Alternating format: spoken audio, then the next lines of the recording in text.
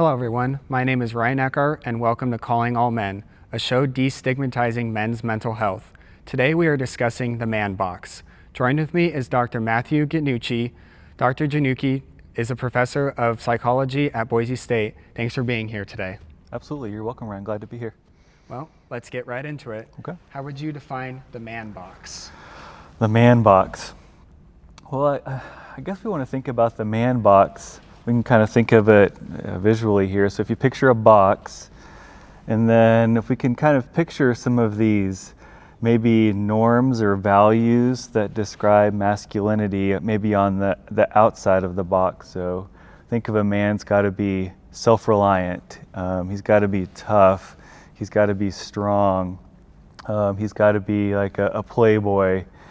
And then if we put a man inside the box, these norms or values, they really constrain him inside the box. They really constrain what he can do, how he can feel, and that can be really restrictive for a guy. So I think maybe that gives us an image or a picture of the guy kind of caught inside of the box and really constricted by these values or norms that we have about what masculinity looks like. What are some of the terms that you would say are in the man box? Yeah, so I think those are some of them. So like a guy's got to be tough, and that could be like physically tough, but also like emotionally tough, like that. Like stoicism, kind of the strong, silent kind of guy. He's got to be self-reliant. He's got to be, what else? He has to be a playboy. So he's got to be somebody who, is sexually active. Like he's got a lot of notches on his bedpost, things like that as well. He's got to be dominant as well, and dominance means that he's kind of in control, like he's kind of the alpha male type of guy as well. So I think that gives us a little bit of a picture of what some of those norms might look like that are like on the man box. Yeah, I remember growing up, I was always told I had to act a specific way, look a specific way, and I felt like I had to do that or else like people would look at me weird. I think it was like in middle school was when I first started feeling like I had to look good because I cared about what other people thought. Right. And it was always hard because like I always wanted to please other people, and it wasn't until like college where I realized, wow, I need to start pleasing myself and not other people, because it's about my mental health, not about what other people think about me. That shouldn't be like a big thing that like bothers me. Yeah, I think that's really huge that you recognize that, Ryan. In my opinion, and there's some other folks, in my field that talk about this, that if we try and, kind of crystallize that down, what do some of these, or a lot of these really get down to, that really a lot of these norms get down to like a fear of femininity, to not be weak, to not be vulnerable, to in the end not look feminine, and that can be a big driving force behind what this looks like for men, and so that men can really go to great lengths to not look weak, to not look vulnerable, and that this fear of femininity is pretty powerful for guys. I remember growing up, I was always closer to like my mom and my grandma, so I always kind of had like that feminine side. But then again, when I went to go hang out with my friends, like with my guy friends, I had to turn off that femininity because I didn't want them to judge me for that. But if I like just accepted that, I think it would have gone a lot farther for me to progress like as a man. Yeah, absolutely. I think that captures what I think a lot of men would say, this kind of segmenting off themselves, where like with these people, maybe I can let that show a little bit more, like I can let that like more like all of myself like show, my full emotional range, or all of my emotions can show, right? But this other part of me, like I can't let it show when I'm with maybe my guy friends or with these friends. I have to lock it down. I can't let it out. I have to like really be, tough and strong. And, I think there's something about us that I think we know, like that's just not healthy. And I think we all probably know like that's probably not the way life should be, right? That we have to like be like this here and this part here, that we can't be our full selves all the time. Going off that, how do you see us expanding the man box? Wow, I mean that's a big, complicated question. I think conversations like this are one big important part, right? Like we can't expand the man box if we don't know there is a man box, right? Like I think just helping not even just men, but just people generally know that there are these norms and values that really are powerful in the way they influence men's behavior, and to help people, men in particular, know that they can really hurt them, and they're not letting men kind of live their kind of full lives, right? So I think a big part of it is probably like education of boys and men, about not just what it looks like, but also like the effects, right? So in my area, there's been a lot of research that shows that men who like really hold strongly to those norms on the man box, or kind of what those rules are in the man box, there can be a lot of like emotional costs associated with that. And so I think the more that we can also maybe help people know, men in particular, know that, well, if you do this, there's some costs. There's some physical costs, like men don't live as long as women do across the entire lifespan, not just at the end, but across the entire lifespan. But there are also some emotional costs as well. I think that there might be some more buy-in from guys as well if they know that there's some cost to the man box too. I always felt like if I talked with other men about like mental health, like that always like helped like progress like my understanding of what the man box was. I just recently started talking with one of my best friends from back home about mental health, and he suffers from bipolar depression, and he just like hearing what he's going through every day, it's just crazy to think about. And like I think it's important that we have these conversations about like men's mental health, because it helps us understand that it is an issue and we are trying to fix it, because men have mental health issues as well, not just women. Absolutely. I agree with that wholeheartedly, Ryan. And I think it's also important, as you're talking about you having this conversation with another guy, I think it's important that men are having these conversations with other men. I think women are quite aware of the issues surrounding men and masculinity, and the challenges that men have experienced emotionally. They've been struggling, many women have been struggling with partners who are emotionally unavailable, and who struggle to relate with them for a long time, and they've been trying to manage that and deal with that. I think for men, though, there's something like about the validity about other men talking to them. It's like you have kind of street cred. Like if you have another man that comes to you and says like, "Hey, here's what I experienced, and I kind of realized that I was trying to be too tough and take care of this on my own, and here's how I worked through that." And then when you reach out to this other guy, like I think maybe he's a little more likely to buy into it versus if it's coming from your wife or your girlfriend. I think a lot of it has to do with like maturity, because I remember in high school, like I felt like I wasn't mature enough to be able to talk about like my mental health with my friends, because I felt like, again, like they would judge me.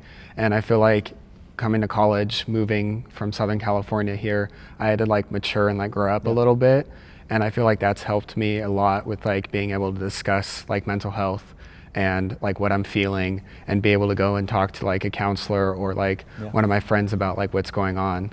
Yeah, absolutely. I'm glad that you're talking about that, and I think it's stories like that will have an impact on guys and their ability to not just talk about their concerns and issues, but what you're talking about, seek out help for them too. Yeah, I think that's really important, to be able to seek out help, and that's one of the biggest parts, I think, is understanding that you are struggling and you can go and find help, because there is help like everywhere. Like everyone you turn to will probably try and help you in some way. Absolutely. Shape or form. But I think that's think about the man box. I think if we could picture the man box, and maybe there's some of some of the like the words on there, the norms, the values in the man box that are like, if you think of like a word cloud where some of them are big and bright, and some of them are maybe a little less big and bright, that like self-reliance I think would be a big one, like that you've got to take care of it on your own, you've got to deal with things on your own, you've got to be kind of the, you know, the man on the island. So I think encouraging men to seek out help and the value of seeking out help, I think is really, there's a lot of work to do there. What were some things you were brought up to believe about being a man that you no longer believe now? I think a big one is that, a man has got to be like, he's got to lock his feelings down, like that, a man can't express emotions. So I really didn't have much of a model for that, of how a man expresses his emotions. And so I think like internally I've changed there, like that I see that and I understand that, and I don't believe that a man has to be emotionally kind of controlled. I think still at like a physical level, I still struggle with that, right? I know that I can express my emotions, but I still struggle with actually doing it. If you were to talk to my children, they would probably still say like, I don't see Dad like, express vulnerability a lot, even though Dad would say like, that's okay. So I'm still kind of working through it, right? I think probably also, I would have said as an adolescent, like being like tough, like physically tough, is something that a guy's got to do. That's how he expresses his masculinity.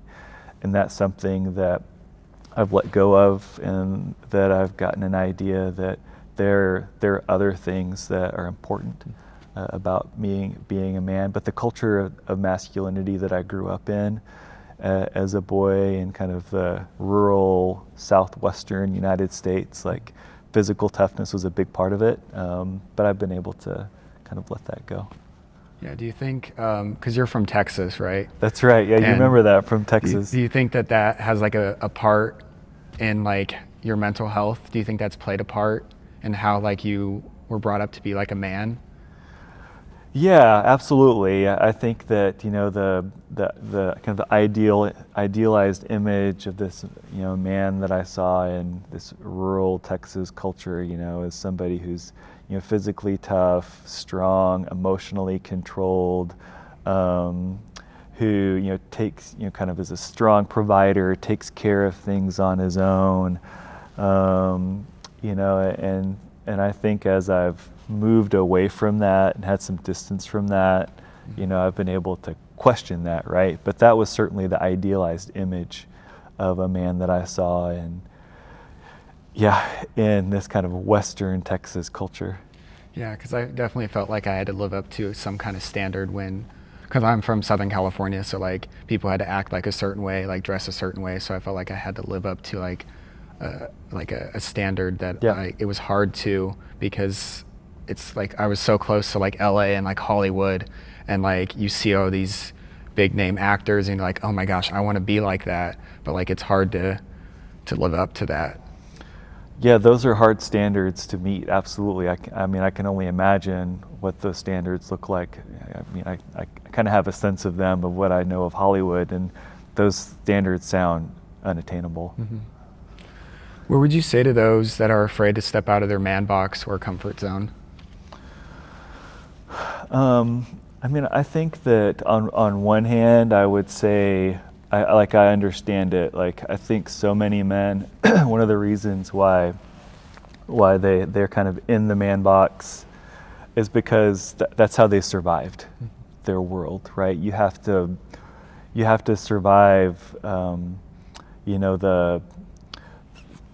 the culture of men and masculinity, because you are shamed, you're attacked, or you've seen maybe other men who've been shamed or attacked because they either took a risk and got out of the man box, or maybe they weren't in the man box at all, and you saw what happened to them. And so a big part of it is protective for them. And so I think if you can understand and empathize with that, of like, I get it, I understand why.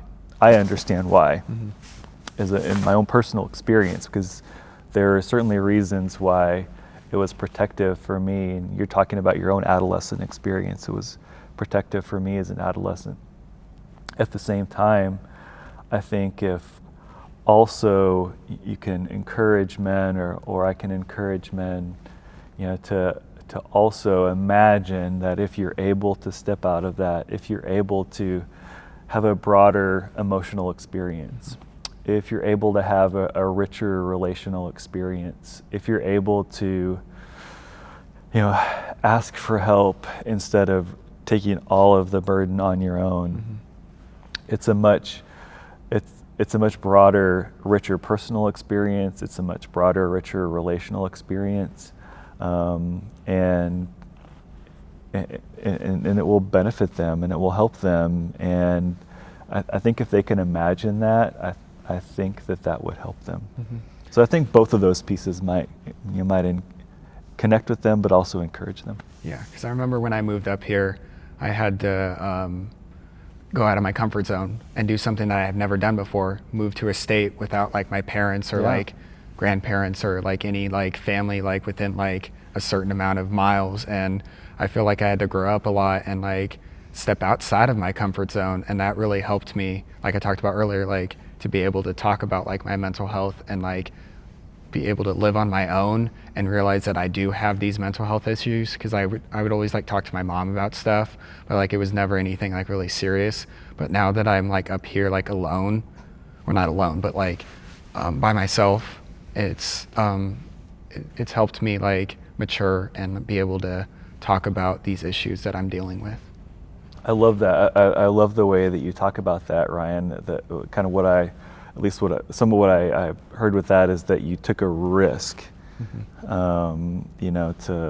to build relationships, go somewhere new, to talk about some of your own experiences, seek out help, but then also you've been able to experience the value of that risk as well. Obviously, everyone is different in like how they go about like talking about their mental health, but that's just like my personal like experience with it. Yeah.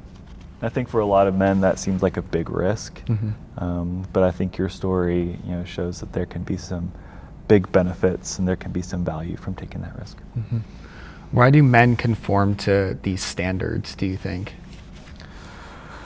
I mean, that's a complicated question, but I think probably in the simplest piece of this in our discussion here, I mean, I think that the pressures of those norms are pretty powerful, that a lot of men are adapting to those norms to survive, and escape ridicule, shaming, things like that. They experience it at an early age, so you're shamed for things feminine, you're shamed for crying, you're shamed for throwing like a girl, things like that. So there's this early culture of shaming, and so men are trying to avoid that and et cetera.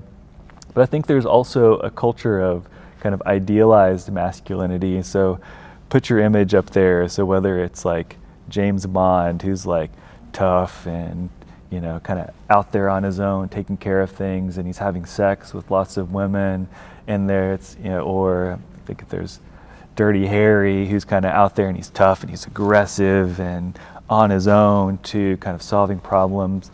There's kind of also these images that show men that this is a good way to go, and so you can see how men would say like, okay, well, I want to be a part of that too, or it seems interesting and fun and sexy, and so how men might buy into those images also. I think if like enough men like talk about stuff like mental health and stuff, that more men will be like, oh, more men are starting to talk about this, so maybe I should, like, because it's like you said, it's sexy, it's like cool that other men are starting to talk about this, so why not I just start talking about it too? So I think that's a good step. Absolutely, I agree. What made you want to study this topic about mental health and the man box? Yeah, as a college student, as an undergraduate like you, I had a professor who was interested in men and masculinity, and he was just talking some about men and gender, and I was aware some of women's studies and I kind of had this concept of women and gender, but I really didn't have a concept of men and gender. And first it was kind of this, insight for me of like, oh, masculinity, it's a thing. Kind of like we talked about a minute ago. First, you don't know it's there until you name it. And so then you named it for me. And it was interesting to me, but also as I began to think more about it, as specifically as we were talking about the challenges associated with masculinity, because we talked a lot about the problems that men experienced as they conformed really strongly to these masculine norms. It really it fit my experience. It fit the experience of a lot of men that I knew, that I grew up with. It fit the experience of men in my family that had struggled. And so it kind of put some puzzle pieces in place for me. And so for whatever reason besides that, I just thought this is really interesting, and this is really something that I want to know more about. And so after that, I thought, this is what I want to study. This is what I want to know more about. I want to study this, and I want to help these guys that are struggling with these challenges. And so that's when it all started for me. So what brought you to Boise State to want to teach about mental health? I had an opportunity here to take a position I have a clinical background in kind of clinical and counseling psychology, and so my training is in research and clinical work. So I've done a lot of clinical work with men too. But here in my position, I had the opportunity to further my research that I do, where I study depression in men, and so I was excited about that opportunity to come here and continue to kind of explore and think about that. And so I've been able to continue my work on depression in men, and then also move that into my work where I'm also interested in how we might be able to kind of explore some challenges around suicide in men too, because that's a pretty big public health issue where men die from suicide at much higher rates than women. And so that's something else that I've been able to spend a fair amount of time in my work here. Yeah, you said you've researched a lot about mental health. What are some of the other topics that you've researched? Those are really the things that I've spent my time on, bulk of my time on. I've spent a little bit of time on thinking about connecting with men in therapy. That's been another area of mine. So trying to use some certain types of language to connect with men. So one of my areas of research that we've done a little work on is using certain metaphors to help with men. So there's a lot of research that shows that counseling is something that can be a little bit uncomfortable for guys, specifically like traditional guys. And so you're coming into this, first it's a relationship, and that can be uncomfortable for them. And then it's a relationship where often they anticipate you're going to talk about feelings. And so as we've talked a little bit about, like, emotions can be a pretty uncomfortable area for guys because they haven't had a lot of experience with that. And so we've done some work looking at what are some types of metaphors that can be helpful to help guys talk about their emotional experience. So it's kind of a way to talk about your feelings without talking about your feelings. And that gives them a way to feel more comfortable in a therapeutic environment, and kind of gives them a way to explore their emotions without feeling too distressed about it. And so that's been a really exciting area that I've had some experience into. Yeah, I remember when I first started going to therapy my freshman year, I was nervous at first, and then my counselor, she started using like the metaphors that you were referring to, and that really helped me to like take a deep breath and like ease into it a little bit and be more comfortable. And I think that's something that all like therapists and counselors should do, because that definitely helped me be able to open up, because men, we don't want to open up about our feelings. So it was always good for me to feel comfortable in the fact that she was using things that I enjoyed, so like basketball, Star Wars, absolutely, all those different things that I enjoy. Love it. And it made me feel so much more comfortable, and I was able to open up a lot more. And I thought to myself afterwards, like, wow, I can't believe I just like opened up. I let the floodgates out basically, and it was like I would have never done that like before. So it's definitely very helpful for the metaphors. Absolutely, I agree. I think they can be powerful generally, therapeutically, but then I think for people, including men, who maybe just aren't used to talking about their internal experiences, they can be a kind of a great way to do that, to talk about what's happening inside of you when you're not used to it. And so I'm glad that you had a positive experience for that. That makes me really happy. Yeah, it like blew my mind, and I always tell some of my friends, like, go to therapy because it helps. Yeah. And if like you could start talking about something that you enjoy, and like your therapist could relate to like that and like talk about it, like it will definitely like benefit you in the end game. Yep, absolutely. That's cool. I'm really happy to hear that story. Well, that's all the time we have for today. Thank you, Dr. Genuchi, for joining us. You're welcome. And we'll see you next time on Calling All Men.